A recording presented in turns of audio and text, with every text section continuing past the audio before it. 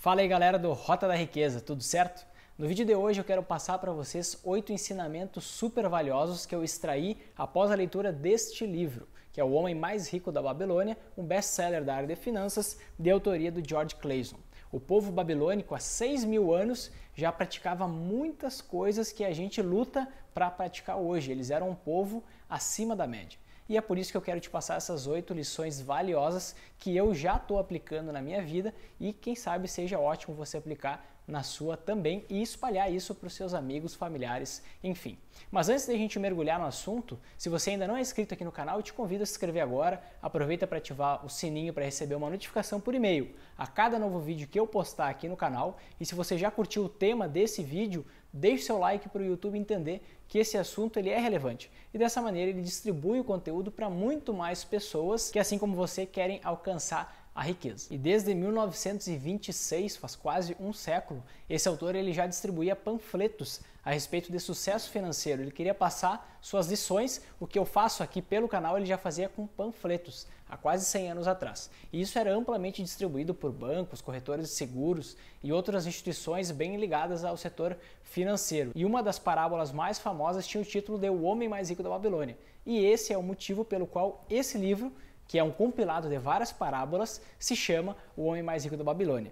E é bem interessante a gente olhar porque já no início do livro, o autor ele coloca uma citação bem pontual. O dinheiro é hoje governado pelas mesmas leis que o controlavam quando, há 6.000 anos, ou seja, 4.000 anos antes de Cristo, homens prósperos enchiam as ruas da Babilônia. Mas para a gente entender, para a gente conseguir absorver tudo que as parábolas falam, a gente tem que entender como era a Babilônia na época, afinal são 6.000 anos atrás. Né? A região da Babilônia não tinha praticamente nenhuma riqueza natural. Tudo que foi feito lá foi construído pelo homem. Toda a riqueza que tinha na Babilônia, que era o povo mais rico da Idade Antiga, foi construído pelo homem. Se a gente for olhar a região, por exemplo, hoje onde é o Vale do Eufrates, que é uma região totalmente desértica, ele até comenta no livro que folhagens rasteiras lutam para sobreviver nesse deserto. Antigamente era uma área totalmente agricultável, porque os babilônicos eles desenvolveram um sistema de irrigação muito interessante e também sistemas de drenagem, porque as áreas pantanosas eles conseguiam drenar a água e eles conseguiam plantar trigo e cevada. Então eles tiveram uma grande iniciativa nessas duas áreas, tanto na irrigação quanto na drenagem. Além disso, eles foram o primeiro povo a utilizar a linguagem escrita. Só que isso não era feito no papel. 6.000 anos atrás, né, gente? Nem existia papel, ninguém tinha descoberto o papel ainda. Eles registravam as coisas em tabuinhas de argila. Então eles pegavam a argila, mais ou menos no tamanho de 15 por 20 centímetros e 2 centímetros de espessura. Eles escreviam lá conforme a linguagem deles, o que eles criaram de linguagem escrita, eles cozinham isso e depois era transformado em telha. E essa telha, como a gente conhece a das casas, justamente era o papel, digamos assim, da época. E ainda mais, até onde se sabe, foram eles a primeira população a utilizar o dinheiro como meio de troca. Né? Antigamente a gente tinha muito escambo. Eu te dava uma laranja e tu me dava uma maçã. Eu te dava água, tu me dava trigo, pão. E eles foram a primeira população a usar o dinheiro como meio de troca. Além disso, também, até onde se sabe, foram a primeira população a inventar a nota promissória e também a escrever títulos de propriedade, como a gente vê hoje escrituras de imóveis, por exemplo. Lá, 6.000 anos atrás, eles que inventaram. Em resumo, eles eram um povo que fazia as coisas acontecerem. Não ficavam reclamando do governo, das autoridades, da situação de vida, do clima que hoje está chuvoso. Não, eles eram pessoas que faziam acontecer. Eles não tinham riqueza natural nenhuma, não tinham tecnologia nenhuma, obviamente, mas eles faziam as coisas acontecerem na prática. Em vez de dar desculpa, eles botavam a mão na massa.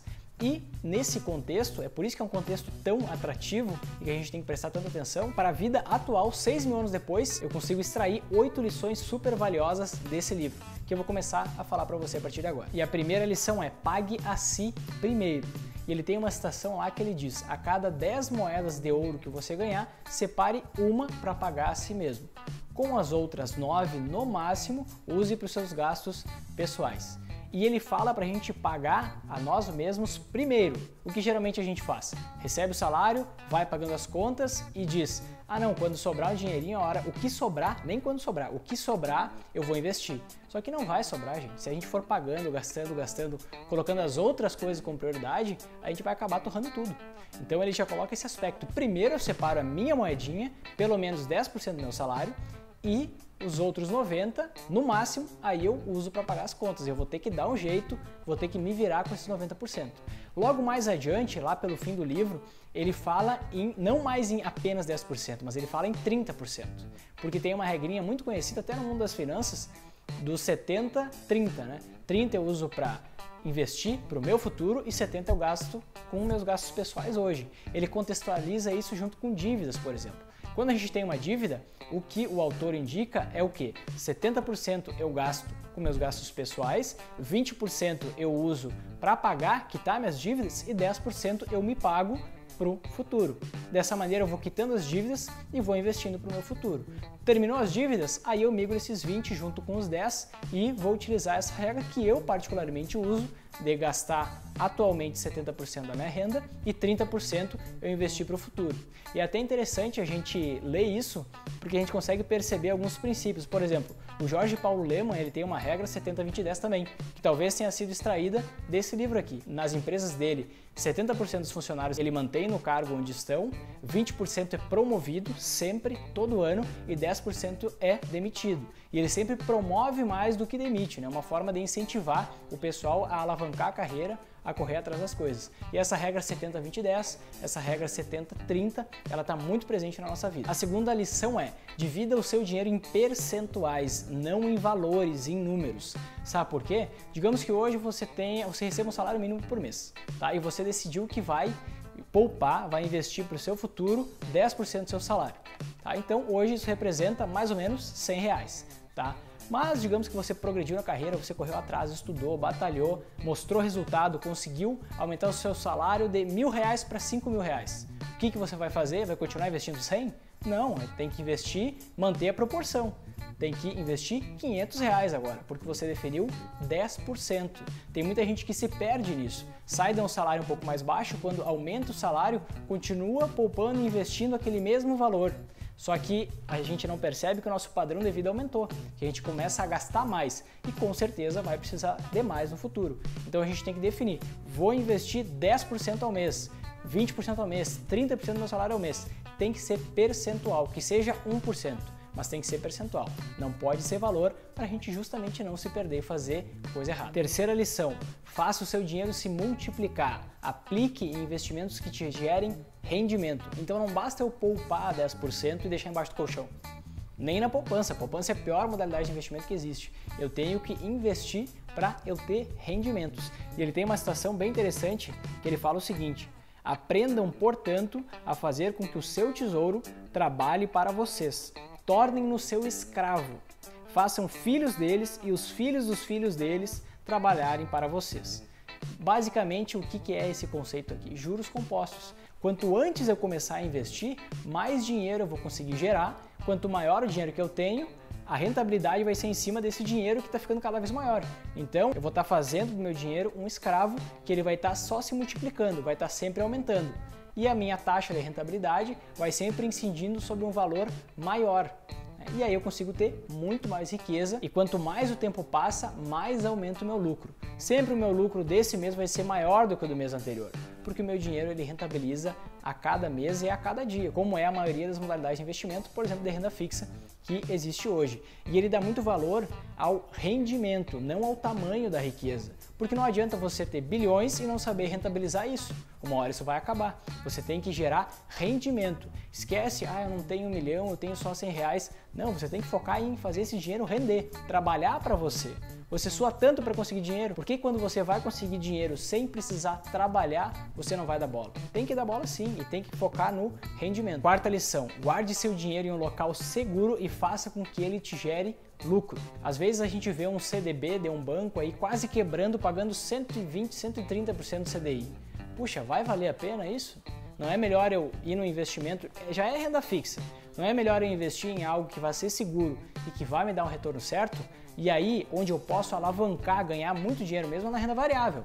Eu deixo o meu risco para lá, senão eu vou estar num grande risco em todas as áreas das minhas finanças e eu não vou ter segurança nenhuma. E ele também cita que a gente não deve confiar em promessas de altíssimas rentabilidades, muito acima da média do mercado.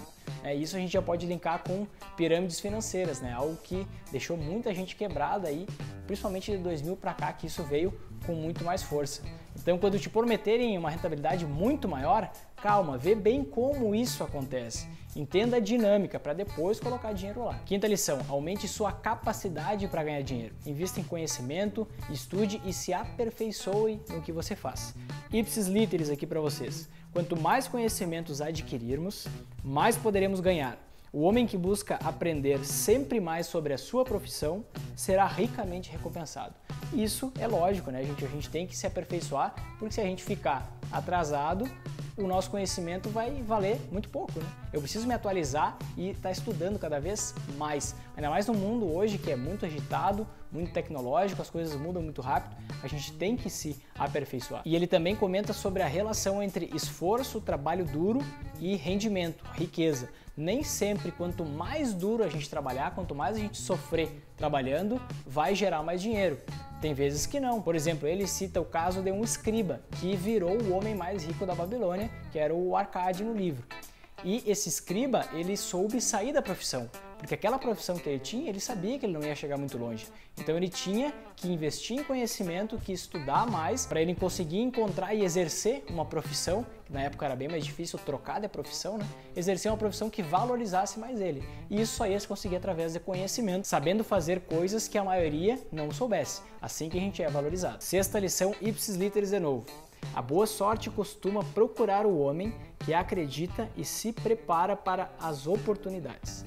E esse é um ensinamento que já é extraído do Sêneca, um filósofo romano que nasceu no ano 4 a.C., que ele já falava, né? O que é sorte? É oportunidade mais preparação. E eu sempre costumava falar, agora eu estou mudando isso, sempre costumava falar que a gente se acha muito original às vezes, né? Por ter ideias, por falar algumas frases de efeito, mas provavelmente tudo que a gente fala hoje, algum grego ou romano já falou. Agora eu mudo isso, porque Sêneca falou isso alguns anos depois do nascimento de Cristo. E o Arcádio, um babilônico, ele falou mais ou menos 4.000 anos antes do nascimento de Cristo. Né? Então agora eu vou mudar. Provavelmente o que a gente fala hoje, algum babilônico já falou muito tempo atrás. Sétima lição e uma das mais importantes. Não se interesse por riqueza fácil, por conseguir dinheiro de forma fácil. Se interesse no processo, em aprender o processo, como a gente faz para atingir a riqueza. Como que acontecia com os babilônicos? A herança ela não era transmitida do pai e da mãe para os filhos diretamente. O filho ele tinha que passar por uma prova. O homem mais rico da Babilônia, o Arcade, ele fez exatamente isso. O que ele fez? Quando o filho dele atingiu uma certa idade, ele falou para o filho, filho, eu vou te dar um saco de ouro e 5 tabuinhas de argila. Que ali nessas 5 tabuinhas estão escritas as 5 leis de ouro. E ele ainda falou, isso eu não tive quando eu comecei a construir a minha riqueza. Eu estou te dando um saco cheio de ouro, mais 5 tabuinhas com a lei. É só seguir isso daí. E daqui 10 anos, tu vai para o mundo e daqui 10 anos tu retorna e se tu realmente rentabilizar esse dinheiro, tu vai fazer jus à minha fortuna, que é a maior da Babilônia. E o que aconteceu? O filho pegou as trouxinhas dele e foi descobrir o mundo. E aí começou a se aventurar em vários negócios, nem olhou para as argilas, ele pegou aquele dinheiro, começou a gastar, começou a investir em atividades que convenciam ele a fazer por oferecer rentabilidades astronômicas e ele foi tomando calote e perdendo dinheiro até que ele perdeu tudo. No momento que ele perdeu tudo, ele lembrou que existiam aquelas tabuinhas de argila. E ele pegou as tabuinhas e leu uma a uma. Basicamente o conteúdo das 5 que a gente está conversando tá tudo dentro dessas 8 lições que eu estou passando para vocês aqui. E aí ele começou a aplicar essas leis de ouro e ele conseguiu sim, 10 anos depois, retornar para casa com muitos sacos de ouro e ele contou toda essa história para o pai dele e devolveu para o pai 2 sacos de ouro porque ele disse que acreditava que todo aquele conhecimento, aquelas 5 tabuinhas, valiam no mínimo mais um saco de ouro, porque o conhecimento é muito mais importante do que um simples saco cheio de ouro, independente do tamanho do saco. Se é um saquinho pequeno, vai ter grana pra caramba. Agora, se é um saquinho grande, aí o camarada não precisava mais fazer nada. E a 8ª e última lição, preocupe-se primeiro em preservar o dinheiro, depois em multiplicar. Eu, quando escutava isso lá no início, eu confesso, eu achava isso uma grande balela. Que mané preservar dinheiro? Se eu quero preservar, eu deixo na poupança. Eu quero rentabilizar, eu quero gerar mais dinheiro. Essa era a visão que eu tinha. Só que, se a gente contextualizar e trazer para os dias atuais, realmente isso faz sentido. Na época, o negócio deles era comércio e empréstimos, basicamente isso. Até tem um capítulo do livro que explica exatamente como fazer uma análise de crédito para fazer um empréstimo para outra pessoa. É muito interessante, inclusive eu tenho certeza que os bancos usam o passo a passo que está escrito nesse livro aqui, que, poxa, gente, é muito antigo. E por que é tão importante a gente pensar em preservar o dinheiro para depois somente pensar em multiplicar? Pensa comigo, você pegou 100 reais e comprou uma ação específica de uma empresa, qualquer empresa, não importa. Você pegou 100 reais e investiu. Se você investe e já perde 50% logo de cara, caiu 50% o valor da ação, você não tem que rentabilizar 50% para voltar para o 0 a 0. Você tem que rentabilizar 100% para voltar para o 0 a 0. Por quê? Você tinha 100 reais investido e aí caiu a cotação 50%, quer dizer que esses 100 viraram 50. Se subir 50% de 50 reais, não vai para 100 reais de volta, vai para 75. Então eu preciso rentabilizar 100%. Por isso, se eu não prestar atenção primeiro em preservar o meu dinheiro, eu posso começar a investir, já entro perdendo e vai ficar muito mais difícil de eu conseguir rentabilizar o meu dinheiro no longo prazo. Justamente porque a gente começou a investir, já perdeu logo de cara e pouquinho tempo depois que a gente começou a investir, a gente vai estar com um capital, dinheiro muito menor do que se a gente tivesse preocupado antes. E eu finalizo aqui esse vídeo usando as palavras de Arcade, que com certeza podem ser as minhas. Não zombem do que eu digo por causa de sua simplicidade. A verdade é sempre simples. Geralmente a gente quer achar a fórmula mágica para ficar milionário, a gente acha que é algo super complexo, a gente acha que é coisa que ninguém sabe. Só que não é, gente. Tem muita gente grande que fala o seguinte: o sucesso é atingido quando a gente faz coisas óbvias de forma consistente. Porque de tão óbvio que é, a gente acaba nem dando bola, acaba nem fazendo. Só que na verdade aquela ali é a fórmula. É uma fórmula simples e fácil. Só que às vezes demora um certo tempo para maturar isso tudo. Mas a gente não acredita e prefere viver nessa busca desenfreada que a gente nunca vai encontrar dessa tal fórmula mágica complexa que existe por aí. Gostou desse vídeo? Se você realmente curtiu, deixe seu like aqui embaixo e compartilha com todos os seus amigos, conhecidos, familiares, nos grupos de WhatsApp com o pessoal que está buscando atingir a riqueza. Um grande abraço e até o próximo vídeo.